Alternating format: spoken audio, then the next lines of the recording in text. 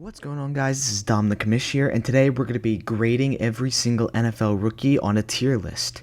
We have 7 categories today: generational, superstar, shows promise, could be worse, bad, and put the fries in the bag. And then you also have a spot for injured players. So let's get started with, we're going to just get the injured players out of the way. I'm going to throw J.J. McCarthy, and we're going to throw, I apologize if I butchered this, Troy Fautanu into the injured category. J.J. McCarthy didn't play a single snap all season, played a little bit in the preseason, but it's not enough to tell if he's going to be a good prospect in the NFL yet. And then Fautanu played one game, season-ending injury, and that's pretty much it for his season. So we're not going to really grade them too much, but they've been injured. Another guy who was injured is the Packers offensive lineman, Jordan Morgan, and I'm going to put him in the could be worse category. He had a slow start to the year, and yes, he did have a bunch of injuries, and he definitely struggled to stay healthy and struggled on the field when he was there. But he wasn't the worst offensive lineman in this class, and we'll get to that later. But yeah, his performances definitely could be worse, but also not too great. Xavier Legette, I'm going to put at bad. I mean, he was supposed to be the number one guy for the Panthers, and yet he was still being outshined by guys like Jalen Coker, Adam Thielen, and Adam Thielen was already gone for the year. And even with the rejuvenated Bryce Young, Xavier Legette did not get much time and was not great overall. So, yeah, I'm putting him in bad tier. Now, this Talis Fuaga, I'm going to throw him in could be worse. Also, he wasn't terrible this year. I definitely put him above Jordan Morgan in terms of talent, but that Saints team was just so terrible, and that offensive line couldn't block anything, whether that's Fuaga's fault or not. Just that offensive line was absolutely terrible, and the Saints were bad too. So I'm putting him in could be worse, but he definitely has room that he could grow,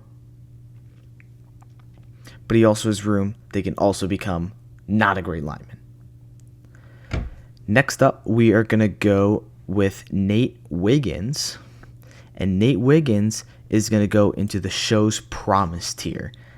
Nate Wiggins had highs and lows this season. I feel like there was either a really big highlight or a really big lowlight. He had that pick 6 in the playoffs against the Steelers, which was really good. He's been a guy who has had a lot of good plays and a lot of bad games. And he's shown a lot of promise.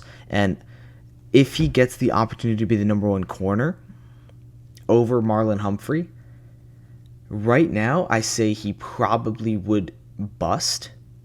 However, if you give him time to develop, he could definitely become a superstar in this league. Xavier Worthy, we are going to go with, contrary to popular belief, I'm going to throw him in shows promise along with Nate Wiggins. Xavier Worthy's end of the season has been great. His first game of the season was the best rookie debut we saw, and he's fast. No denying that. People thought that his size was going to be an issue coming into the league. It definitely was not, and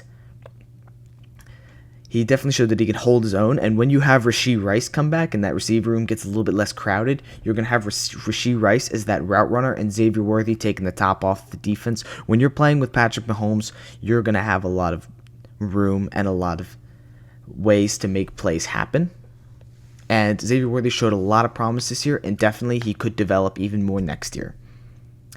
Malik Neighbors, I don't care what people say. I'm throwing him as a generational wide receiver prospect. I mean, just some of the plays this guy's made this year was unbelievable. Against the Eagles in that last game, where he catches the ball, gets through 2 defenders, and manages to go for the touchdown.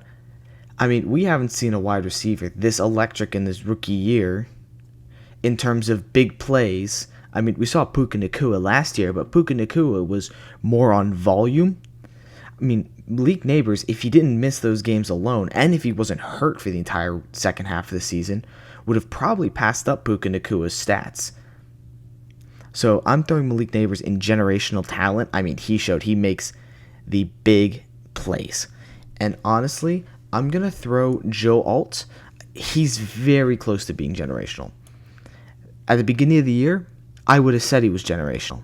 However, I'm putting him in Superstar because he faded down a little bit towards the end of the year, had a couple of hiccups, but I mean, there's a reason this guy went number 4 in the draft, or was it 5?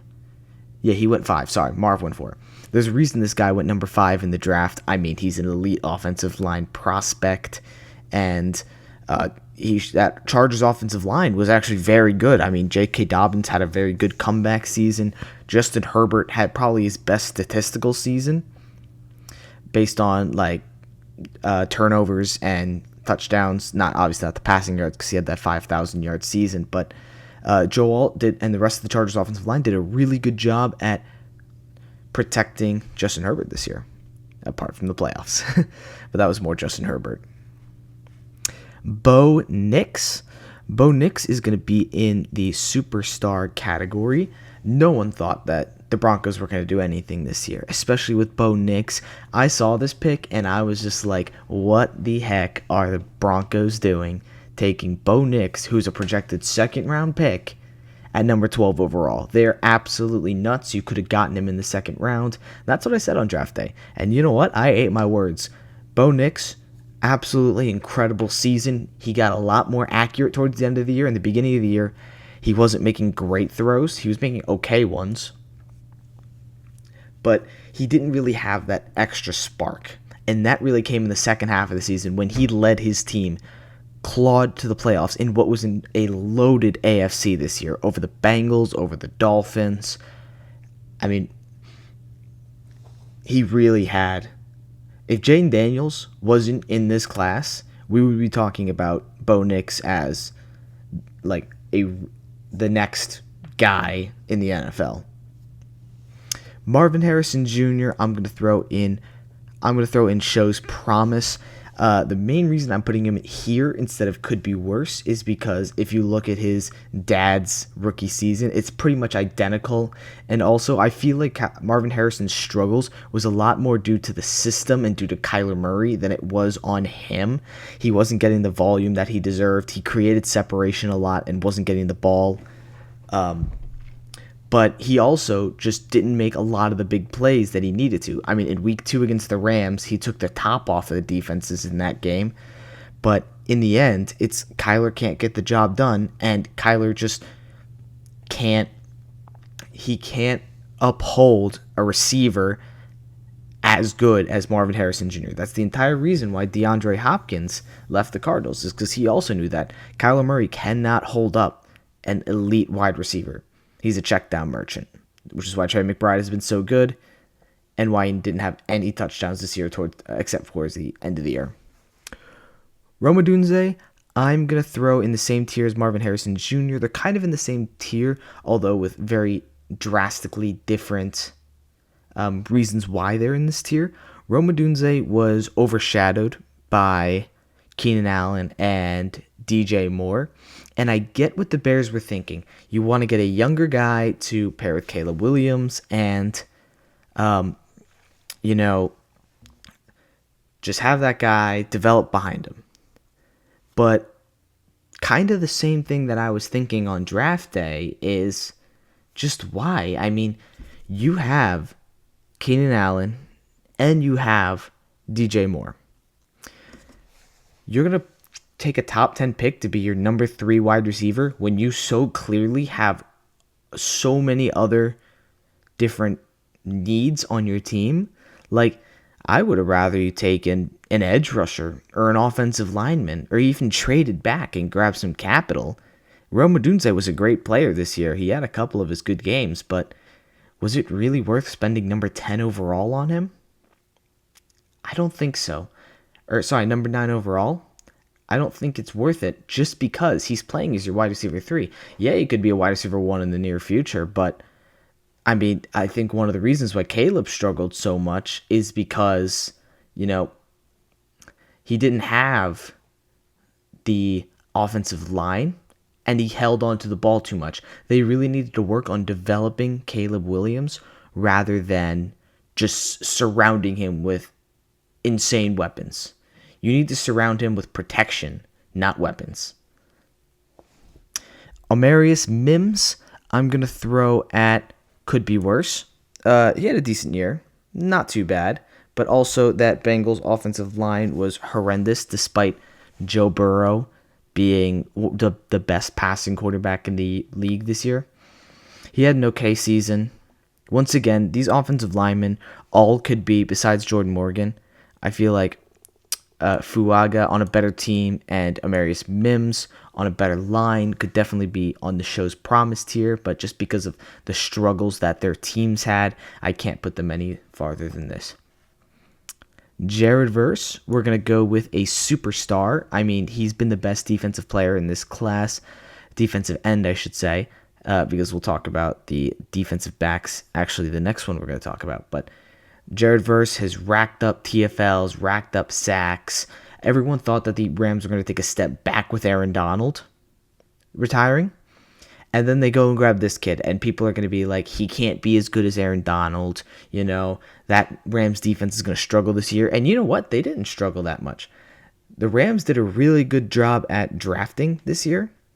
And Jared Verse was the guy they were looking to not replace Aaron Donald, but just get some of the production that they got back from him. No one's replacing Aaron Donald. But Jared Verse is a pretty good replacement for him. Not amazing, not generational, but pretty good. Quinyon Mitchell, I'm going to put, as much as I hate to say this as a Giants fan, I'm throwing him as a generational talent. That Eagles defensive back room was absolutely horrendous. And then they go out and they draft Cooper DeJean and they go draft Quinyon Mitchell. Both of them showed a lot of promise in this year. But that Eagles defensive back room got a lot better. And Quinyon Mitchell has been a ball hawk. He intercepted Jaden Daniels in the NFC Championship game. And he's just been a lockdown corner. And honestly, I think that we could be talking about what are the top corners in the league in the coming years. And it's annoying that the Eagles even got him because the teams under him that needed a corner just decided to not take any. And it was really annoying that they let him get to the Eagles because that's all they needed to spark really another really good team. Because here's the issue with the Philadelphia Eagles. They don't necessarily draft well. They more get lucky that these guys fall to them. Like Jalen Carter should have been a top 10 pick, but took a risk on him because of personality issues, and it paid out because Jalen Carter is a disgustingly good player. Same thing with Quinyon Mitchell, except he just fell because people didn't value the cornerback position, and the Eagles just scooped him up. They take the value where it is, and it's worked for them tremendously. I mean, you look at the back end of their drafts, and they don't really get too many superstars later in the year. Ever since I can't tell you when the last time the Eagles genuinely drafted a superstar past the third round. I couldn't tell you. Because, I mean, Devonta Smith was first round. Jalen Hurts was second round. Early second. What was I thinking? A.J. Brown was traded. Saquon was traded. Kelsey retired, so that was like 10 years ago-ish.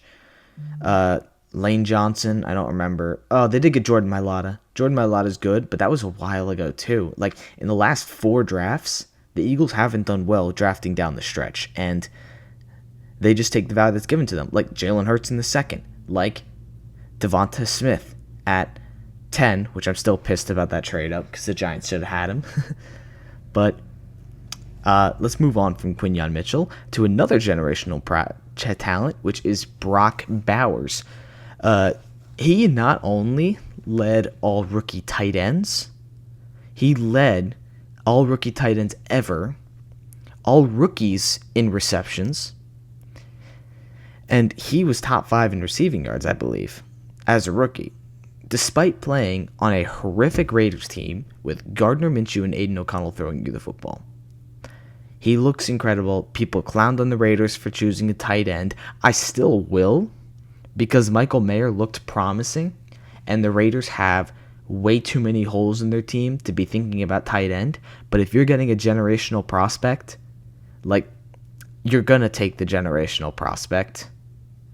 But still, the Raiders have a terrible team, and Brock Bowers is one of the lone starlights on that team. Him, Jackson Powers-Johnson had a really good year too. I should mention, these are all first-round rookies, right? Yeah, these are all first-round rookies. So we're going to talk about all the first-rounders. But yeah, Brock Bowers, generational talent. We're about halfway done now, I want to say. So at this halfway mark, I'm just going to remind you guys to, like and subscribe if you like these types of videos. I could do more tier lists in the future. Maybe something more about... I did fantasy football stuff, but since we're kind of in the off season, I mean, it's Super Bowl week right now, I guess, but it is tougher to think of football content in the off season, and when there's no trading or free agency, the draft isn't that close coming in. So I'm just gonna try and make just some football videos, and you guys let me know what you want to see down in the comments. But yeah, leave a like, subscribe, and comment. And let's get back into this with Ricky Pearsall, who is going to be in the show's promise tier. Now, a lot of people said he could be in the could be worse tier, but I'm putting him in this tier because, one, he got shot. Let's get this out of the way. He got shot and played NFL football in less than 2 months, I think it was. Something similar to that. And not to mention, he looked very promising in some games. I know towards the end of the year, he had like 200-yard games. And that 49ers team, they cycled through running backs like wild. Brock Purdy was hurt for a little bit. Debo decided to just become randomly washed. They were dealing with Ayuk in that terrible contract situation. Juwan Jennings was above him in the depth chart. So you have so many guys in a crowded room, and you also have George Kittle, and you have Kyle Juszczyk, all getting together. Each of them are at least getting 1 to 2 touches a game.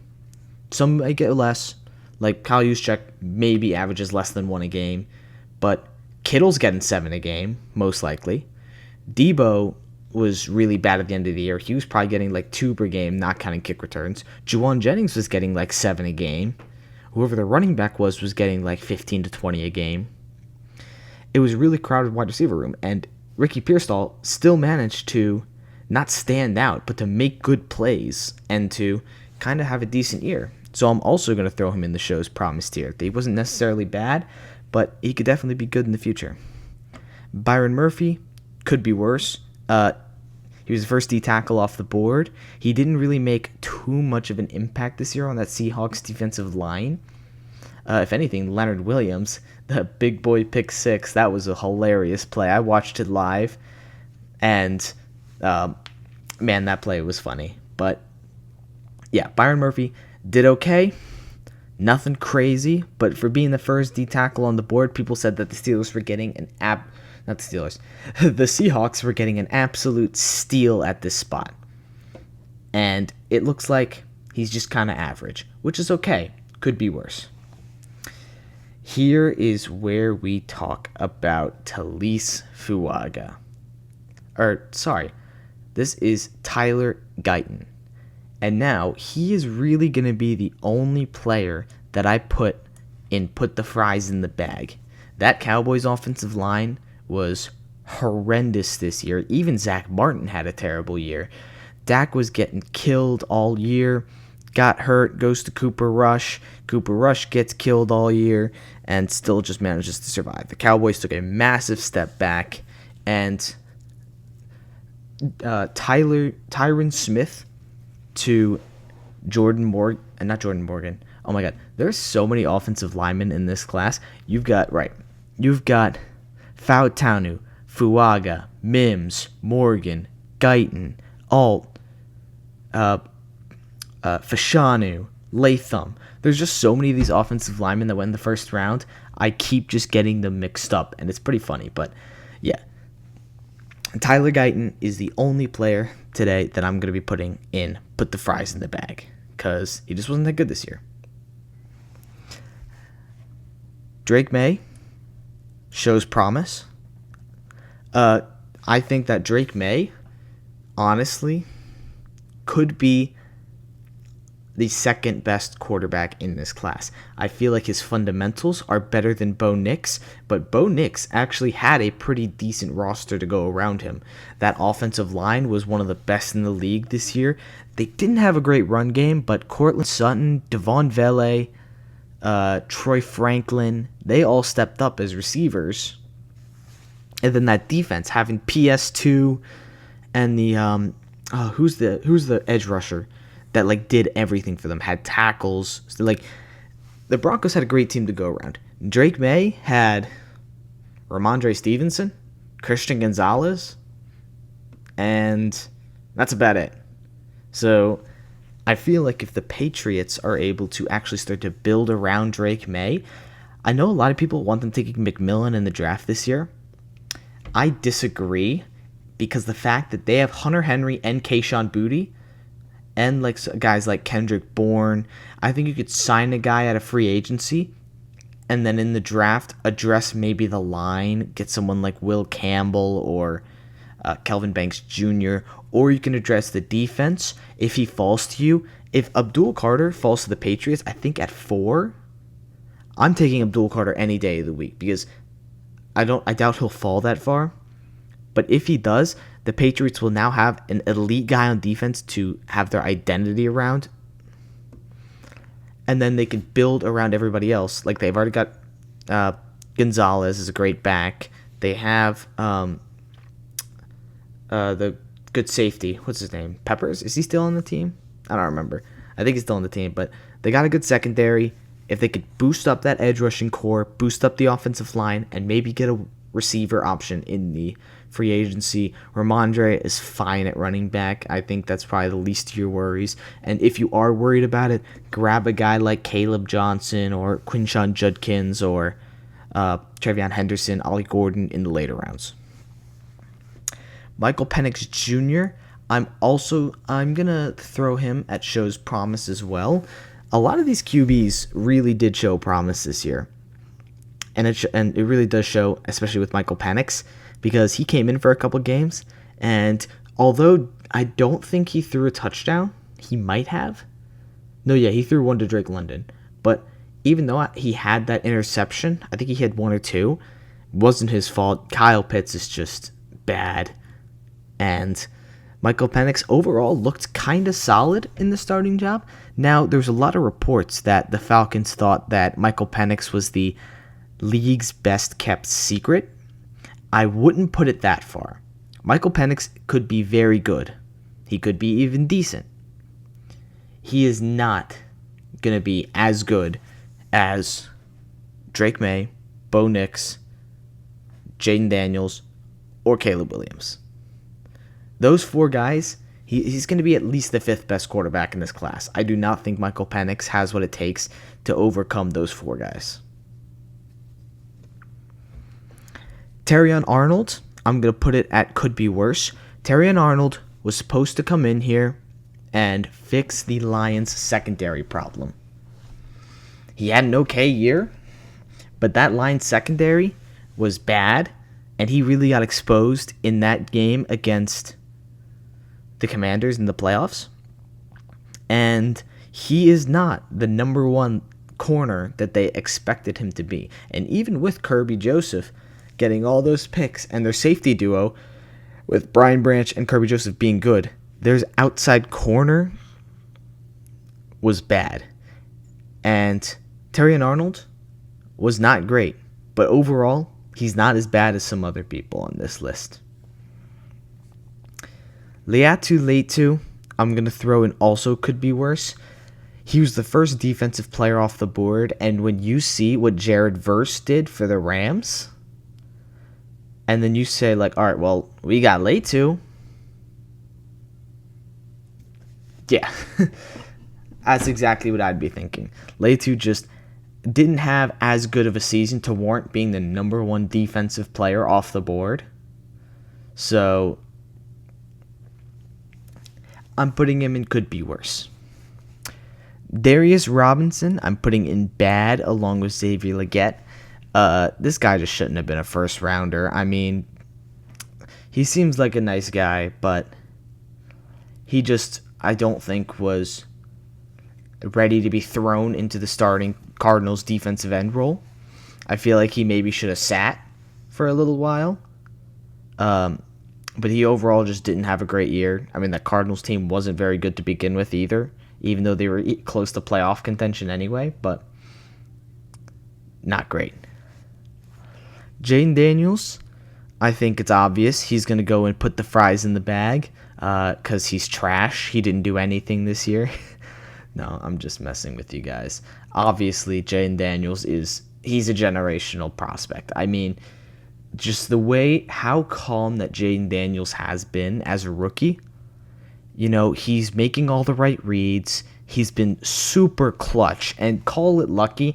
You can call the Bears Hail Mary lucky.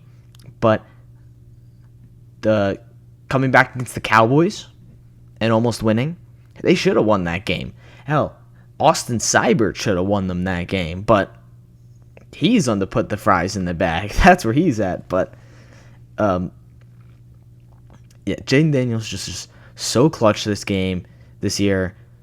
In the playoffs, he showed why he is the best quarterback from this class, beating the Buccaneers pretty comfortably and beating the Lions comfortably. Despite being banged up, the Lions were still the best team in the NFC this year, and it was not that close.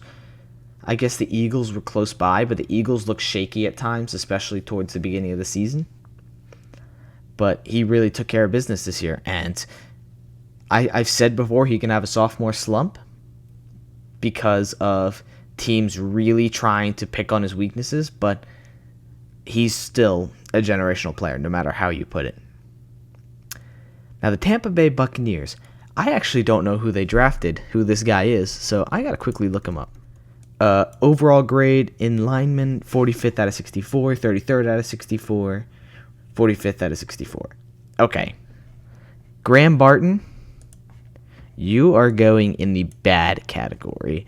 I mean, you were bottom half in passing and run blocking stats. I don't really know how you did because you kind of were just there, I guess. But, I mean, you're probably the second worst offensive lineman in this class. Sorry, Graham Barton. Olu Fashanu, I'm going to throw in shows promise. He didn't really get too much playing time this year because of Tyron Smith and Morgan Moses being at the tackle spots. So Olu Fashanu was kind of that rotating offensive tackle. But when he was in, he showed promise, and he was a solid offensive lineman. And once one of those guys leaves, I mean, they're both old, they're going to retire soon. And yeah, Olushanu, I think, could be a decent tackle. He's going to be nothing special, but he's a decent guy. Chop Robinson, we're going to put in shows promise because he had a couple of big plays this year, but overall was semi-disappointing. But he was definitely better than Letu. He was better than Dallas Turner. And for an edge rusher in the first round, obviously the guy you want the most is Verse. But the guy you want the second most is definitely Chop Robinson if you're looking at the stats this year. And I think it's not close from second to third place. So, he showed some promise, had some big plays. Now, he had a lot of injury issues at Penn State, but if he can stay healthy for most of his NFL career, he can be a solid edge rusher. I can see him being a guy kind of like who am I thinking of? A guy like Kayvon Thibodeau. Just a guy who is perfectly mid. Gets a couple sacks a year, maybe has 1 10-sack year, but he's going to be pretty mid. That's what I'll say. J.C. Latham, I'm going to put at... if I'm speaking objectively, I'm putting him at could be worse. Because he had a bad season. Don't get me wrong. But he also showed some promise. However, spending the number 7 overall pick on this guy, I have to put him in bad. Because when you see guys like so many guys in this class, Olu Fashanu, Talise Fuaga, Jordan Morgan, Amarius Mims, Graham Barton. You see so many of these guys that are basically on the same level as him. And they got picked with the number 12, the number 10, the number 20 picks. And yet you spent a top 10 pick on this guy. And your offensive line didn't get any better. The Titans are spending so many picks, like Peter Skoronski, J.C. Latham, on these offensive linemen that just aren't getting the production. And I hate to say it, Titans, but you might need a new offensive line scout, because your offensive linemen, they aren't bad per se, but they're not worth these top 10 picks you're picking on them. So I hope you guys just pick Cam Ward and make sure you're comfortable with it. Dallas Turner, we're going to put in could be worse. I think he only had 1 sack on the year, despite being on a 14-3 roster. Yes, I know the Vikings were kind of frauds, but Dallas Turner really should have put up more production in his first year. He was okay. He's not a deep boy candidate at all, but he could be worse. That's what I'm going to say about Dallas Turner. I feel like maybe next year we could be talking him in a show's promise tier, but this year he was not very good. Caleb Williams has a lot to learn in this league, and there's a lot of red flags with him. Holding onto the ball too long. The fact that he has all these weapons around him and can't make the production, the offensive production. Like, I would say, like, if the defense was the problem and they were putting up, like, 40 points a game or, like, 30 points a game, and that Caleb offense was also putting up, like, 30 but losing close games, kind of like the Bengals and Joe Burrow did. But Caleb's teams were, I would rarely see them score over 20 points. I would rarely see them score touchdowns. There's like a big stretch of like 4 or 5 games that Caleb didn't have a passing touchdown. Like, he's showing a lot of red flags, and he's the number 1 overall pick. You got to give him the benefit of the doubt. He was a standout at USC for 2 years, and he showed from USC that he could score a lot of points. But this year, not a great year for him. Brian Thomas Jr. was the definition of diamond in the rough. If something could go wrong for the Jaguars, it went wrong. Trevor Lawrence got concussed. Travis Etienne took a huge step back. Christian Kirk got hurt again. Gabe Davis wasn't great. Josh Hines-Allen wasn't as good as his normal self. Their secondary was bad. Foyesade Luakans took a step back too. And Brian Thomas Jr. kind of came onto this team that was just like a couple games off the playoffs last year. He came and really made a huge impact. You know, he had over 1,000 yards, should have been a Pro Bowler, but I mean, as in like a first Pro Bowler. I don't know if like the people who opted out of the Pro Bowl and he got a spot instead, but he should have been a first ballot Pro Bowler because at the end of the season, he really just popped off. And do I think he can replicate that production again next season? Maybe. He got a lot of deep balls and he got a lot of targets. So he's a good receiver. Would I rather have him than Malik Neighbors? No.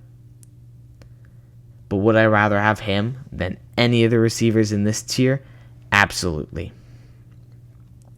So this is my final list.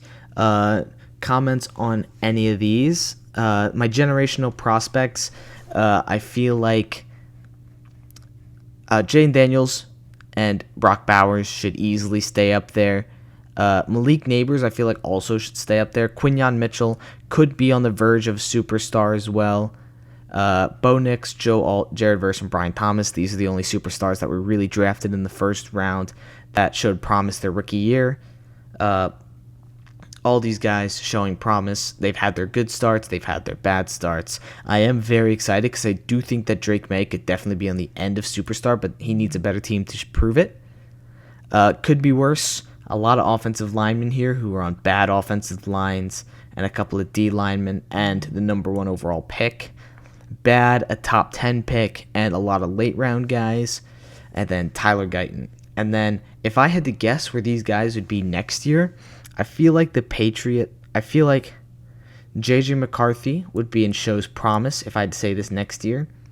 And Troy Fautanu is probably also going to be in the show's promise tier. So, but you can't tell because they're injured right now. But I think that's it for this video.